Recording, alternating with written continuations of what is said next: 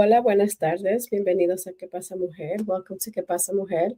Estamos aquí otro domingo celebrando ¿Qué pasa, mujer? Eh, Estamos muy contentos que ya creo que vamos a 3 años de tener este programa. Entonces le queremos agradecer a nuestra audiencia. We have been doing the show for about a little bit more than 3 years. So we are extremely excited, and we just want to thank our audience for being supportive and continuing to be here with us every Sunday, 4 o'clock Eastern Standard Time. So it is officially 2026, and everybody's doing New Year's resolutions or readjusting their goals, doing new things, getting rid of old things. So one of the things that we experience as Latinas, as Latinos, or just being multicultural, is having two worlds, those mundos. So those mundos, some of us have learned to turn it on and off. Whether it's we actually all do it every day, right? So we have to turn off that we're at work, turn on and off when we get home, how we deal with our spouses, how we deal with our children, or as caregivers, we might be turning on and off our relationships or how we do things with people that we take care of, and also maybe people that take care of us. So this is just part of how we do life in reference to turning on and off things. So as Latinas, and because that's the story that I know, right? So as Latinas, we do have to navigate different things. We have to navigate our culture, and those are some things that kind of mesh at times, like a Venn diagram, where my culture is very rich and it's very easy at home, but my culture has to be sometimes be introduced when I'm out in public in a different way. So there are times that I do have to adjust. I am Colombian, so sometimes being completely transparent here, because that's what we do. Being Colombian has a not everyone, but we do have the reputation of that it's always kind of like drug related or crime related or Pablo Escobar or stuff like that.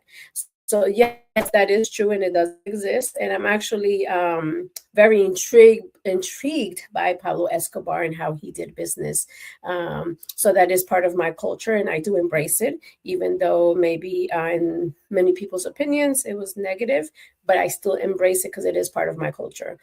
So I think being able to handle those conversations at home about Pablo Escobar and the type of people like Pablo Escobar, and then being able to have those same conversations outside of my home are handled very differently, depending on my environment, who I'm with.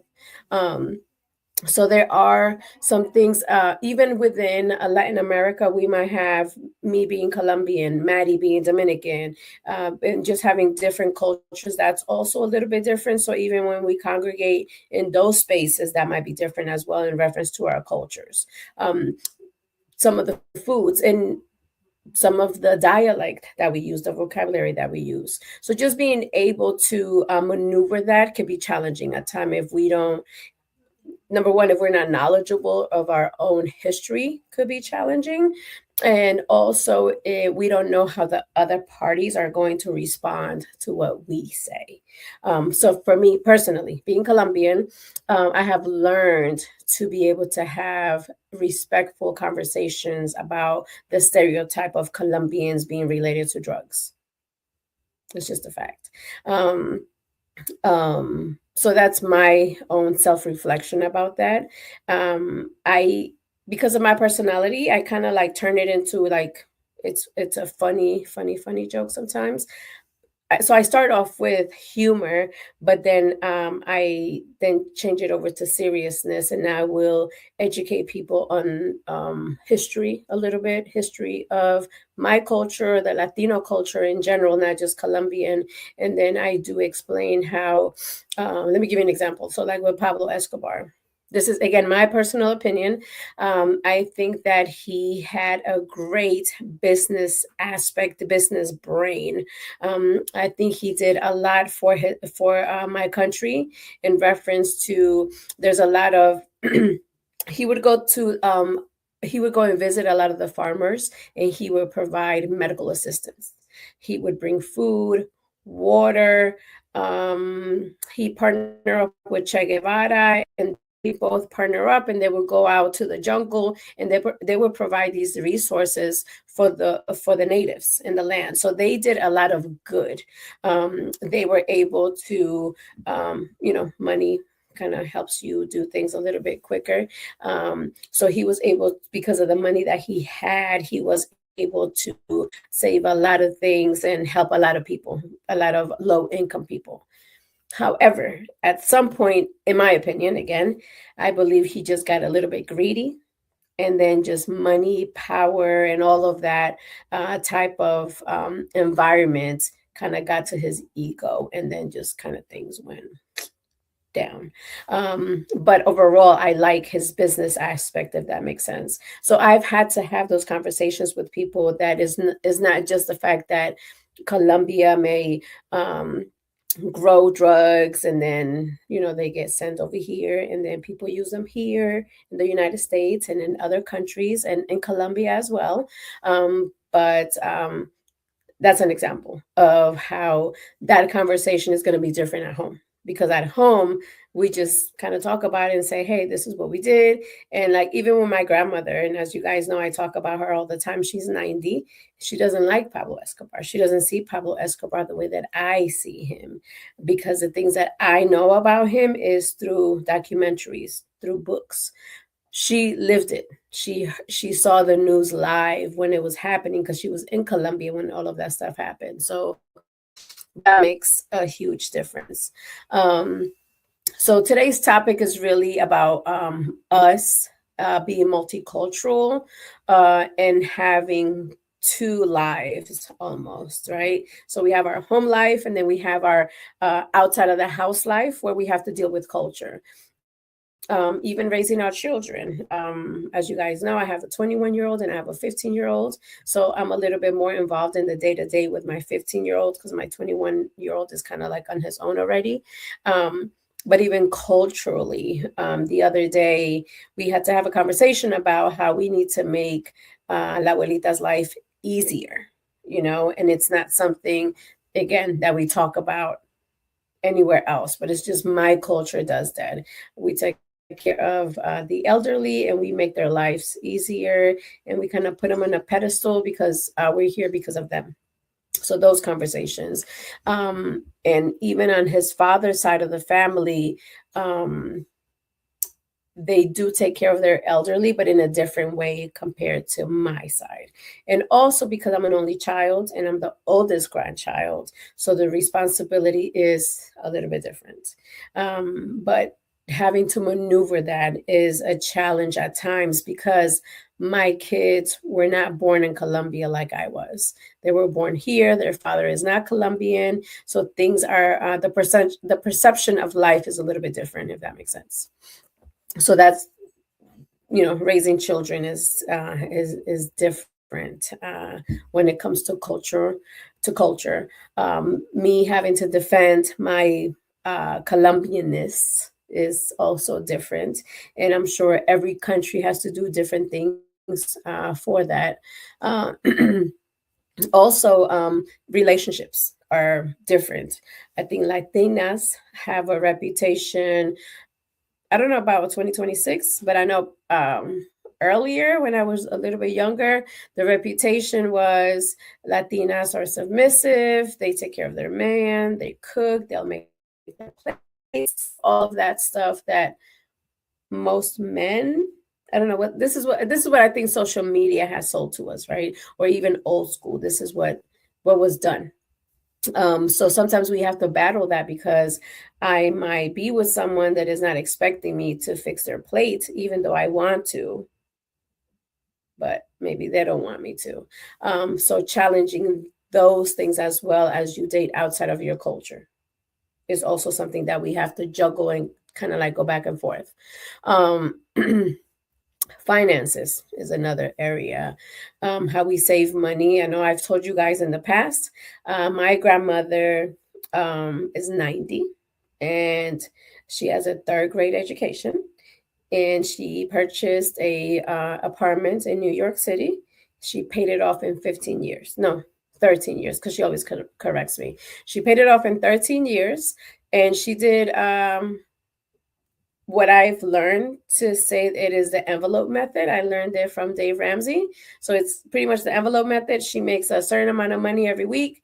She has different envelopes, and she allocates money for food, transportation, savings, emergencies. And that's how she was able to pay off her apartment. This is something that she did. This is actually something that a lot of my family members do. This week, I actually watched a video about how now that we have dual income households, we struggle more financially for some reason. Where before, mom would kind of like typically stay at home with the kids, dad would work, and there was always money for savings, there was always money for vacations. And now that we have dual income households, we have less money, we have more debt.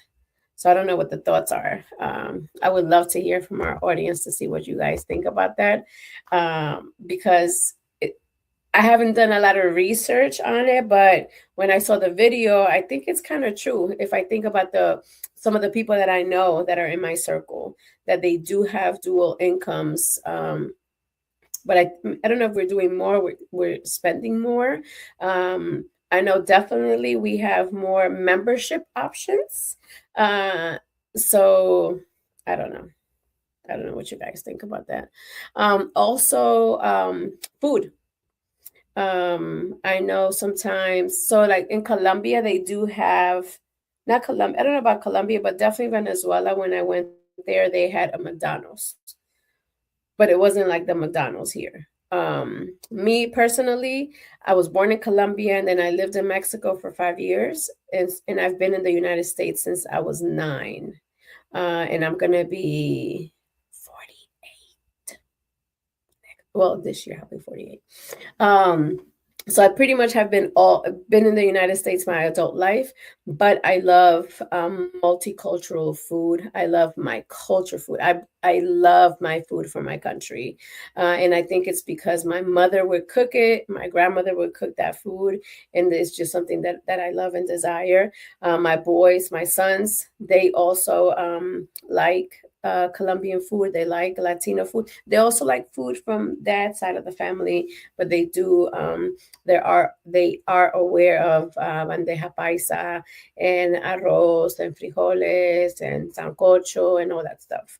So that's another thing that we have to juggle at times too, because before I was an entrepreneur, I had a job that I worked for somebody else, and I would eat lunch, and my food would look different than other people. Some people would be intrigued by it, and they would ask me, "Oh my God, like what is that? Looks delicious."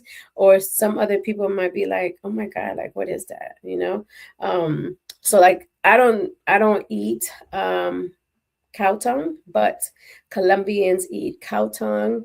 They eat blood sausage. They eat chitlins as well. Well, we eat. I don't eat that stuff. I never have, but I know that it's something that it is cultural, and other people that are not used to my culture may frown upon eating some of those items. So we have to deal with it on the workplace as well. What else? Dating is different as well. Typically, even today in Latin America, especially females, they stay home until they get married. So if you never get married, then you're probably always going to be at home. But typically, you go to school, go to college. Once you graduate from college, you might be dating someone, and then you might marry someone, and then that's when you leave home. If not, you kind of are always living with your parents, and even though you might be working, you may still contribute financially to the household. Here in the United States, I've seen a combination of things, but I think the core, the foundation, still is like that. I know with my mom and my grandmother, I never felt pressured to leave home because I didn't get married till I was like 29 or something like that. So prior to that, I was independent. I was on my own, but I never felt the pressure of them saying, you're 18 or you're 21, you need to leave. That wasn't something that was pushed on me, because my culture allows me to stay home until I get married. So that's also different for some people. I think today here in the United States, or at least in my circle, people are staying home a little bit longer. My son is 21 and he just recently moved out on his own, and I embraced it. I embraced it, even though that's not what my culture tells me. But I think I'm all about balance and having balance and thinking about, one day he's going to be somebody's husband or somebody's dad. And I just want him to kind of make those adjustments and learn now before he actually has a family and a wife to kind of take care of as well. Um, let's see what else. Careers. Career is big. The independence, me being an entrepreneur. I don't know. I just have embraced it, and because I embrace it, I live my day every day, and I don't really stop to think what other people think about the fact that I'm a Latina, and that I'm an entrepreneur. I know in the city that I live in, I'm one. It's there might be. Um,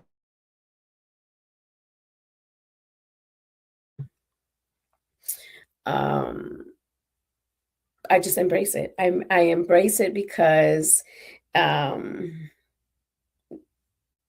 I love what I do, and no one has told me that I'm not equipped to do it. Nobody has told me that I'm not good at it, and nobody has told me that I shouldn't be doing it because I'm Latina. So I continue to do it. I know in my country, um, there are in my family we have entrepreneurship. We have women entrepreneurs, we have male entrepreneurs, and so I think within my family that's how we were raised. But it's not something that is frowned upon here in the United States. I have seen a lot of women that have helped their husbands with the business, and it's part of the entrepreneurship. And I think um, we do embrace working for ourselves here in the United States, and most of the Hispanic owned businesses in the United States are female owned. They're initiated by women. Sometimes the husbands may be involved in the business, sometimes not. But we that's not something that is necessarily machista, that only men do entrepreneurship. So that's something that we have embraced as a culture, and even and it's not something new, but because I know my grandmother, I see the women in my family, their husbands worked outside of the home, but the women were at home, and a lot of the women in my family sewed. So they would do alterations, or they would do, kind of make dresses for people or fix their clothing.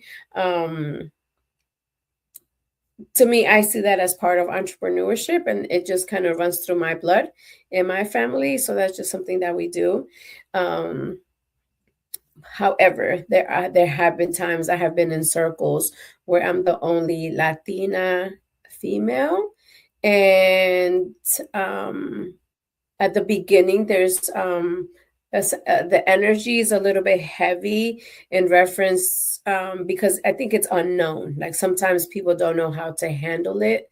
They don't know how to respond because they don't want to be disrespectful sometimes, or they automatically look down upon it, or also because I own a tutoring company. So whether I was Latina or not, because it's a tutoring company, a lot of people don't think that it's an actual business that can be done on a full-time basis unless you're a franchise. So I have sat in circles feeling that. But again, it's my job to have a conversation to educate them that I'm just like them. I remember, I'll tell you guys a story. A couple of years ago, I sat in a meeting, and majority, I was the youngest, I was the only female, and everybody else was American. They were mainly older Caucasian men. And when I say older, maybe I was in my 30s and maybe they were in their 50s. And at the beginning, I was extremely intimidated because they were talking about finances, but it was a group where they an accountability group. So they got together every 2 months and they shared their finances, their marketing, all of their concerns and everything that was going correct that they shared during this meeting. And I was extremely intimidated being in that room because I was Latina. So it's like I did it to myself. But at the end of the meeting, I was able, well, somewhere in the middle, towards the end, I started to feel, hey, Maddie. Hey. How are you? We're Good, talking about, good. Buenos días.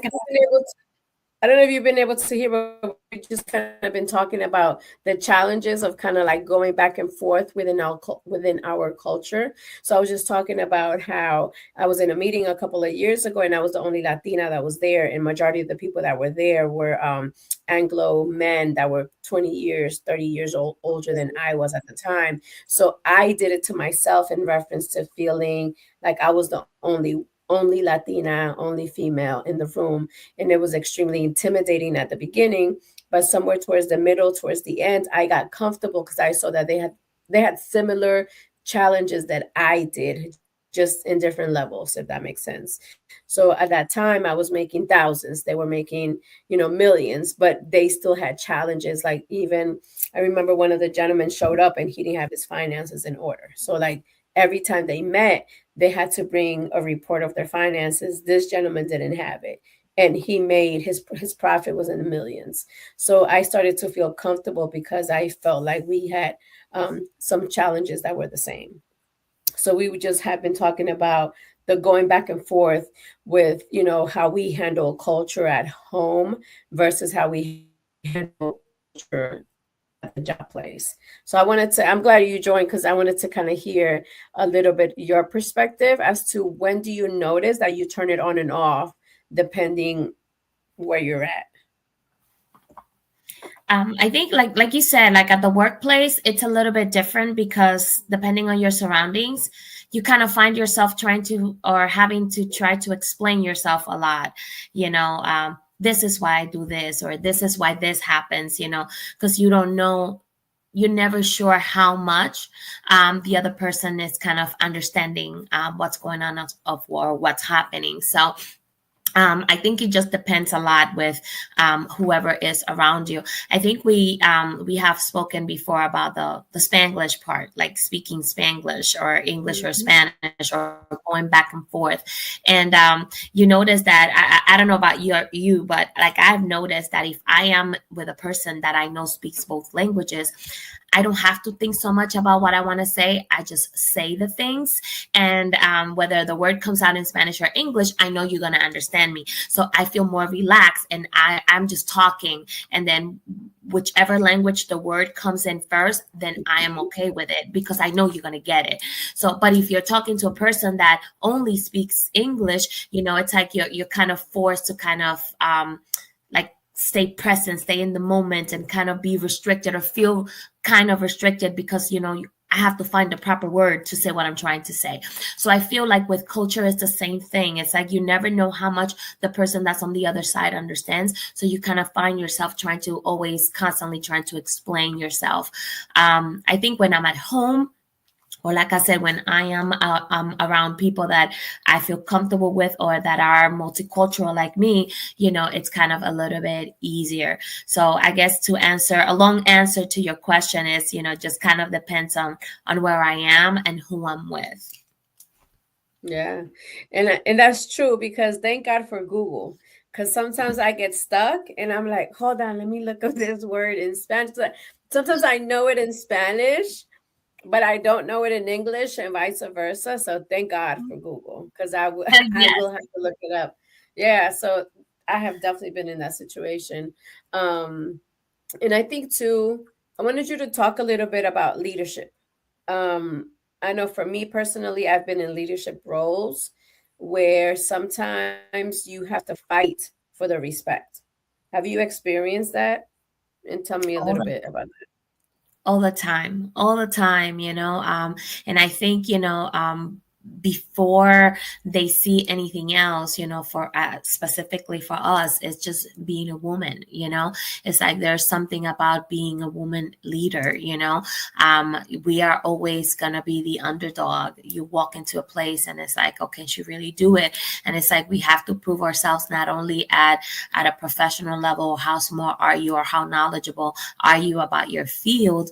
It's, she's a woman, can she do this? It's like that's the first question. So I think, even if it's not said out loud, I think, it's just always implied. And then when you kind of prove that as a woman you still can do this, it's like, okay, everything else comes into play. So I've again been questioned about, again, being a woman, being a leader, my accent, I speak too fast, I speak too slow, the accent is too thick, maybe that's why they don't understand you, maybe you're not being successful. I think I talked a little bit about, at some point in my banking career, I became a branch leader. So I was running my own branch, and while there were a lot of things that we were able to improve while I was leading the team, there were things that, I didn't get a chance to kind of be able to make a difference on.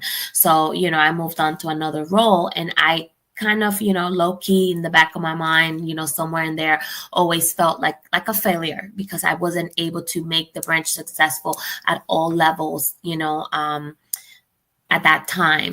And probably a year or two passed, and again, there was a revolving door when it came to managers or leaders for that particular location.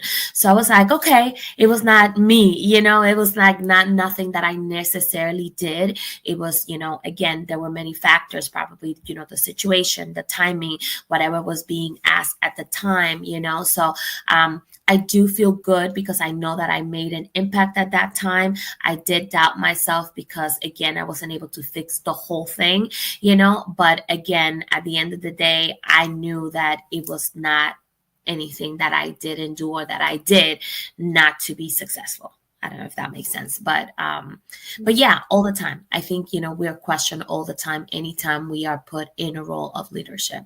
And I think, I mean, you can speak on that even more than me. Yeah, definitely. It's definitely challenging, but I think it's about the energy that you bring to the table, with those people. So I can either confirm what you're thinking has been correct, or I can have you look at it in a different perspective. And so I think that I love the fact that I have the ability to do that, that I can contribute to try and help to, to kind of convince you otherwise. So I do embrace those challenges.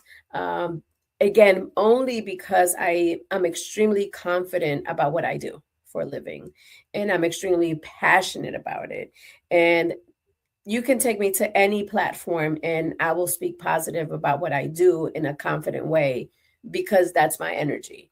If it was something that I was trying to sell that I'm not really sold on myself, I, I would fail. I would definitely fail. I also wanted to ask because our producer brought up the fact about staying connected to our families and our countries. So I know for me, again, we have a lot of us use WhatsApp.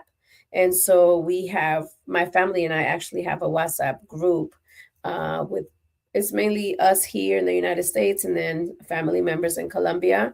Some family members don't want to join because sometimes they start sending too many like religious videos and flyers and stuff like that. But I enjoy it because there are times that I'm able to kind of post certain things about my grandmother or my kids or about us, and it keeps me connected to them. When I go back to Colombia, even though I don't talk to them all the time, but when I go back to Colombia, they embrace me as if we see each other all the time. And I love that about our culture, that I can go back home and it's like you've been there all your life.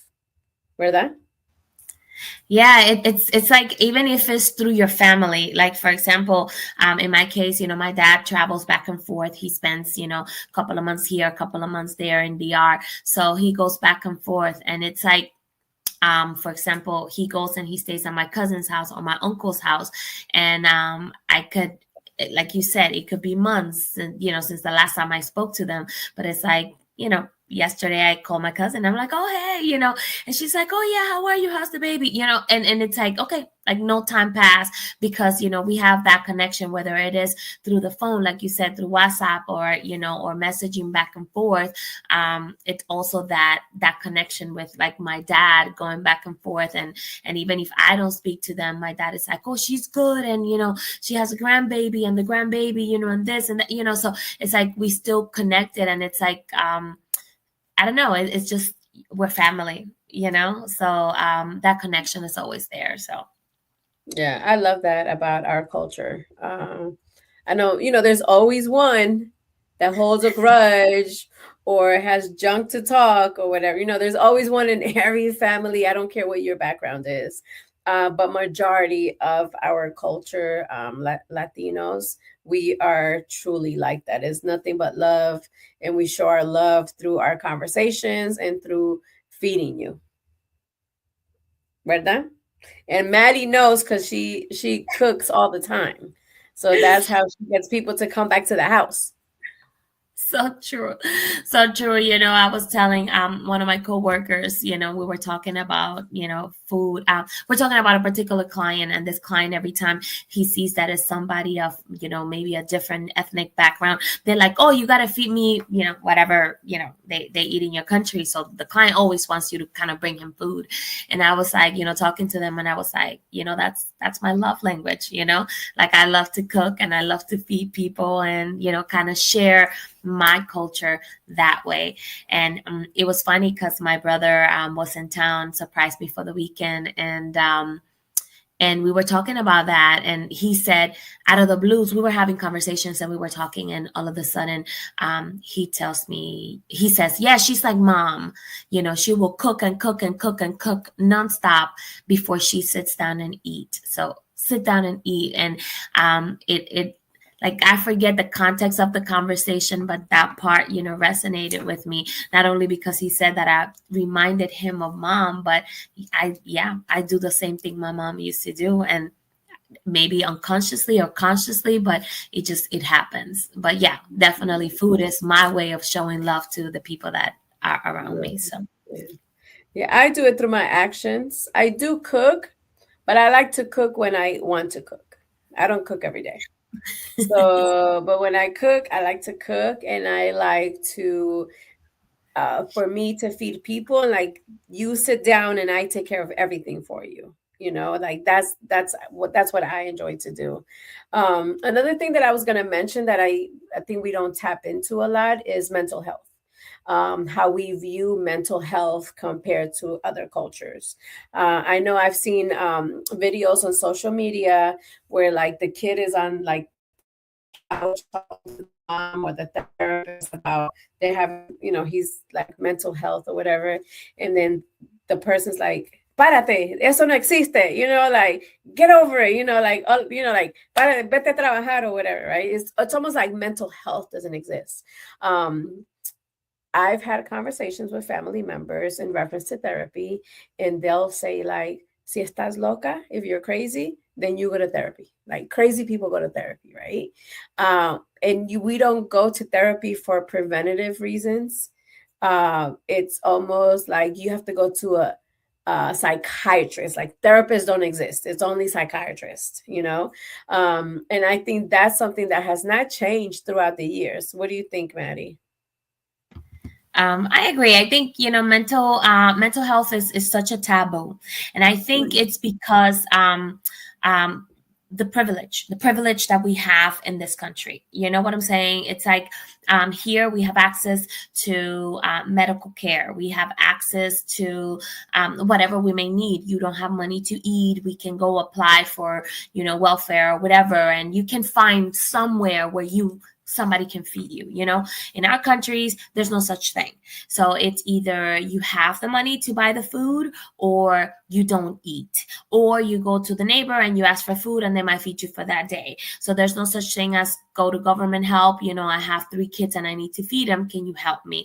There's no such thing. So I think because, I don't know about you, but like me, like I look at my mom and how my parents, grew up and where they came from. Like I hear my parents talk a lot about, school. Like my dad, he was going to school, and when he was about to go to high school, his dad said, well, you're not going to school because there's a lot of, demonstrations in your school, in the area where you're supposed to go to school, and they're killing students and things like that, and I am not going to let you go to school. So his father pulled him out of school when, he was 14, 15, something like that.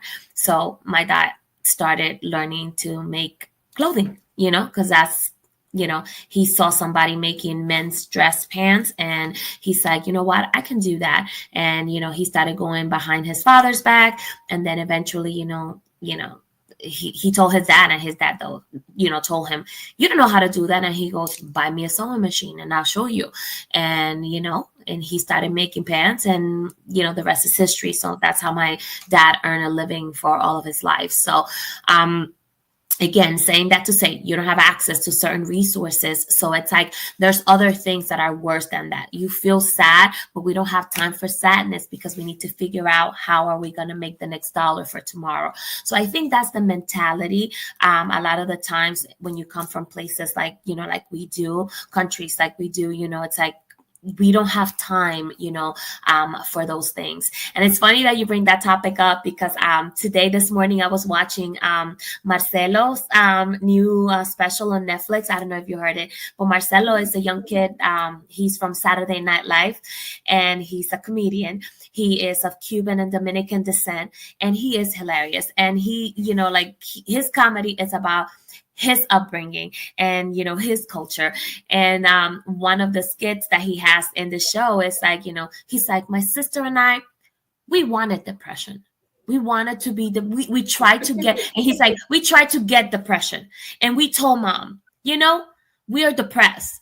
And he goes, of course he went like full force, and he's like, and my mom became a rapper, and she said, I had to leave my country because they took my house away, and I did this and I did that, and I had to survive, and I came to a country where I didn't speak the language, and I had to learn to speak another language, and then when I think I'm making it, I get pregnant with you. And then and she just went off, he went off, and he spoke like nonstop for like 3 minutes, like fast paced. And then he goes, I learned that you don't get depression, you earn it. So it was just hilarious. So, but again, a lighthearted way of saying, it's like we go through so much. Like if we think about our family and our history, there is so much that comes before your mental health. And sometimes kind of that's what pushed them. But then you get to the United States, and it's like it's a completely different world, and we have access to so much that now it's like, oh, you know what,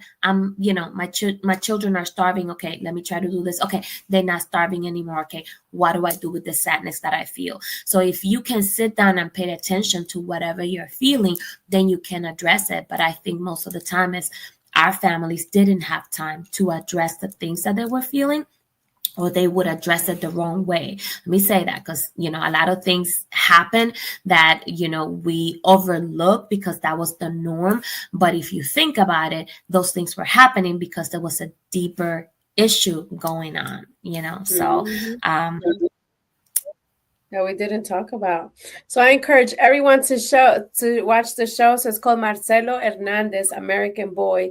It's only an hour and 4 minutes. So I'm gonna watch that tonight, Maddie. Thank you. Um, It is hilarious. It is yeah, hilarious. I I'm watched it with my sure. kids and they loved it. So I'm sure. I'm sure. I wanted to ask you something specifically about you as a poet. Does that exist in your world of poetry? Have you, especially like, I love the bilingual poems, but like when you do your bilingual poems, like especially maybe at the beginning when you first started doing them, what was the impact then, and what is it like now when you do them? it's the same thing, it's you walk into a place anywhere. I think this is anywhere. And as a human being, you want to feel that sense of belonging.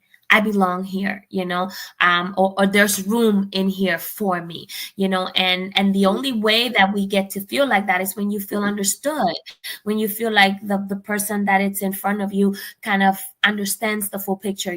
So it's always at the beginning, it's always hard because it's like, how much do they understand? How much can they relate? And especially when you get into a world like, like spoken word, you walk into a room and you never know who's going to be listening. So you have to, how can I put it? We were talking about this, it's like you want to do art for the art, but you also have to, I don't want to say dumb it down, but make it simple enough that regardless who's in front of you can understand what you're trying to say, the feeling that you're trying to transmit, the words that are coming out of your mouth. Because you will have poets that will use the big words that I can't pronounce, that will have these concepts that are, out of this world, and you're like, okay, I'm trying to follow, I'm lost, and they lose you, So it's like a combination of a lot, and you have to kind of how can I put it? Again, depends who you have in front of you. But I think, you always will face that sense of belonging. But I think eventually, a lot of the times I feel, especially in the arts world, we put a lot of those restrictions up on ourselves. And when you learn to be you, I think people will adapt. So you asked me, for me personally, at the beginning, it was hard. Like I said, I always found myself trying to explain. And I think that's why when I started doing my writing, I think I talked about this before too. I used to write in Spanish and in English. So every poem I had a Spanish version and an English version, because I always felt that in order for someone to understand me, they had to understand both sides, So I had to do this poem in Spanish, and if you spoke Spanish, you understood it, and then in English, so that in case you didn't understand my Spanish version, like, this is what I want to say, and this is how I'm going to translate it for you so that you can understand what I'm feeling. That's kind of how it felt at the beginning. And then now it's different, because I think, again, I found a family, I found a place that I belong. And like you said before, when it comes to you and your job and as a leader, you can walk into any room, and if they put you to talk about what you will go up there. I might not know about this, but I know this, and you're confident about it, and everybody's going to understand your point because you understand. So I feel the same way. I think as an artist, once you find your footing and you know exactly what you want to say, it's a little bit easier to walk into a room. And even if people don't understand you, kind of understand, the feeling of what you are trying to transmit. I think there's a poem that I've been doing on here. I did it like towards the end of the year, and it's my poem where I reference Bad Bunny. Like, that poem has a lot of words in Spanish, a lot of phrases. And I remember when I was trying it out, I did it, and I asked my daughter, and my daughter was like, "Well, you got to be careful because there's a lot of Spanish in there, and you might lose people that don't speak Spanish." And I was like, you know what, that's true. And it was always like risky, but I've done it in places where I've had people like people that I know don't speak Spanish at all, and they're like, "Oh, I love all your poems, but that last one was really good." And it's like, really, all the other poems were complete in English, where you like that one, So again, back to being comfortable and knowing what you're trying to say, and again, as a performing artist, finding that there's other ways to communicate feeling. Yeah. So I was in a meeting Thursday, and I text Maddie because we needed somebody. I'm in a committee, and we needed somebody to perform, right? And so our guest Vidal, he was in the meeting with me, and we were like kind of like brainstorming about who do we bring on, and we were like, hey, let's do something different, and your name came up, right? And it was amazing. Like that moment was so amazing to me because Vidal co-signs what I said, and he's like a different age bracket, different culture, different race, different gender than me, you know. So I just thought it was amazing that you could be a part of that, Maddie.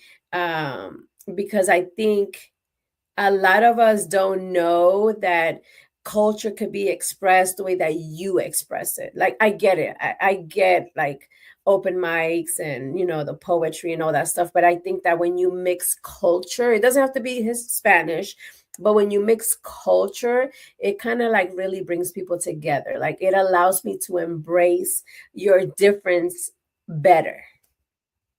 ¿Verdad? That's why I love it. Like I just think that when you came to my grandmother's birthday party and you did your poem, and I know it was like extremely spontaneous, but I know even though majority of the people were there were Hispanic, a lot of them were older and they're Mhm. not used to spoken word, right? But they so embraced it and they talked about it afterwards, and it was just great because it gives it a different type of energy. So I think that's awesome. But also, before we keep going, El Fego de Rio sent us some thumbs up on our live on Facebook, I believe. So we want to say hello to our audience. Lily, my mother, is in Panama. So I don't even know if she's watching the show today. She left us, me and my grandmother. She just left us. On Monday, she said, buy me a ticket to go to Panama on Thursday. Let's go, And Lily. she's living her best life, I tell you. I So I don't know if you guys know, but Latinos contribute 4.3 trillion dollars to the US economy. So we're extremely proud. So I will continue to spend my money. I will continue to make it and spend it so that the number can go up every year. But yeah, it's a very proud number, and I share it every show that we have because if we get a new listener, I want that new listener to know that this is what we contribute. So I'm extremely proud of that number. Also, it was Maddie's birthday on Friday. So, feliz cumpleaños. Thank I you. know. Thank you. Yes, Yes, it's my welcome into um the next half a century. So I love it. You have to embrace it because 50 is the new 40. Mark, our producer, says it's 30. So, listen, I'll take it. I actually there's three of us in our family, like the cousins in my family that are turning 50 this year, three of the girls. And I literally got shirts made for all of us, and it says, I am so happy I get to be 25 twice. okay, okay. That's like a math problem. The kids are going to be like, what? How old is she again? Exactly. Oh my God, I love it. So, as you guys know, we always finish our show with a poem from Maddie or one of her associates. So today we're ready, Maddie. Estamos listos para tu poema. Of course, of course. Before I get into poem, I also wanted to say, talking about, the sense of belonging and, making your mark and walking into a place, this, again, like we said, this past Friday was my birthday, and I got a surprise party. I was surprised, like literally, my worlds collided. Since I started performing, I know that I have, a home life, my work life, and then my poetry life. And we combined all of it. I mean, not we, I had nothing to do with it. I walked into this room and I almost died when I saw all these people from all these different areas in my life together in the same room. So, I had my work family there. I had my family. And then, of course, my poetry family was there too. And one of the poets that got to perform, again, was, one of the newest poets that we have. She is Hispanic. She's 24 years old, younger than my daughter. And I call her my poetry daughter. Wherever we go, she's like, oh yeah, mom. And she calls me mom. And again, about that sense of belonging, I think, when she said, when I walked into the venue, the first thing after I did my first poem, the first thing everybody said is, you have to meet Maddie. And for weeks, we didn't, our path didn't cross, but everybody was like, you have to meet Maddie, you have to meet Maddie. And it's like, and everybody telling me on the other end, you have to meet Lou. And it's like, when we met, it's like, I think I know you because everybody else knows you. And, and then it happened. And I think, again, sometimes we make a difference and we don't know the difference that we make. And, she says, I've learned so much and I can be here. I am allowed to be here, because of you. So that meant a lot to me. And, but again, us walking in there, if I didn't walk in there feeling confident about what I had to say or what I have to say, she probably wouldn't feel as comfortable to do the same thing. So, this poem that I'm going to share with you guys is called My Obvious Secret. I think I performed this poem before, but it's about, living in that two culture world, like having to be from here or there. Also, I did want to mention there's another documentary on Netflix. It's called Rebecca, and it's the Becky G, the life story of Becky G. Becky G is a singer and actress. And she said, there was a little note that she said on there that her parents are Mexican and she was born in LA and she embraces her culture. And she says that she has a problem with saying, I am 50-50. I am half from here and half from there. She says, I am learning to embrace my 200. That's what she says. I'm 100% Mexican and I'm 100% from LA, and it's like, I'm this whole person. I'm not a half person from this and a half person from that. I'm a whole person. So this is my obvious secret. And this is embracing my 200% because I am going to own that now. I am from neither here nor there. I'm from a point in the equator where originality and tradition hold meetings, where you can see the in-betweeners transitioning from silent to expressing to embracing their history. American by birth, Dominican by feeling. I'm from neither here nor there. I'm from where opportunity whispers, shackled dreams get liberated. And if you have something to say, someone is bound to listen. The fusion of two hearts, joint dreams with the same intentions, from papi and mommy's drive, not being limited by their acento, from Navarrete and Santiago, from my tíos blancos and my tías negritas, from Ramos and Lozano, Antonia and Minerva, mis abuelitas. I was gifted with beats and rhythms, the sandungueo of the drums, music, my explanations, words, the opportunity to give my island a voice. Rice and beans complete every meal. We believe in the power of the plantain. The best desserts are habichuelas con dulce and guava-filled Dominican cakes. But I am from neither here nor there. I love en español y en inglés. A U.S. passport makes me American, pero soy dominicana de corazón.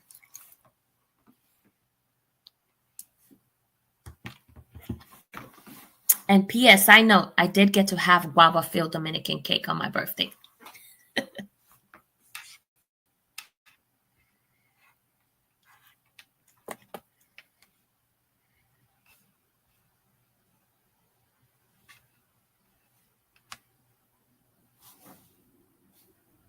You're on mute, Viviana. We can't hear you. We can't hear you. You're mute.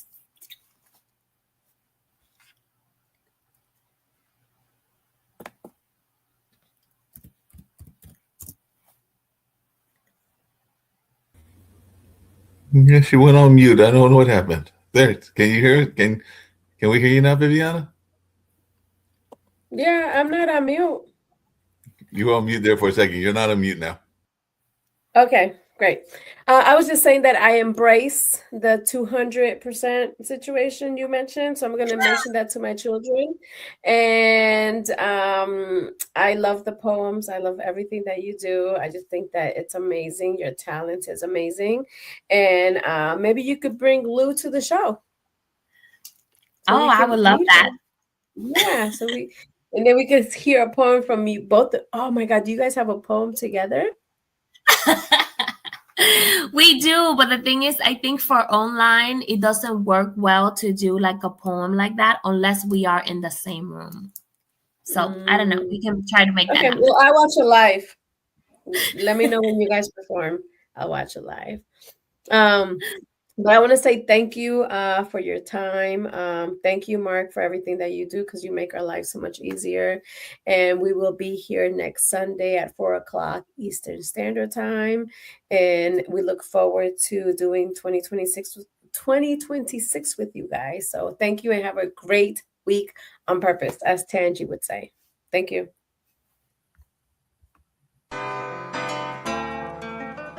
Are just so impressed with them. Like I said, we've been with them for years. I will recommend and refer anyone to them. We stand by A+ academics. They're the best. A+ tutorial really did help me with all my grades. They all went up when I came to this place.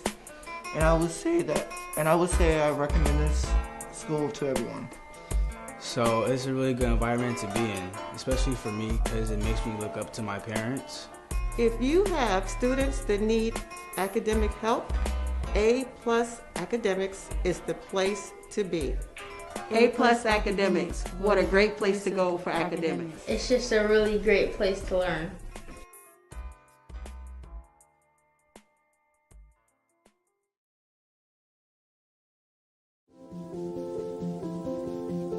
If you're watching this with your friends, you'll probably make a joke. Because you know what you feel on the inside isn't what you want people to know. If you have to pretend to be happy, find someone you trust and tell them.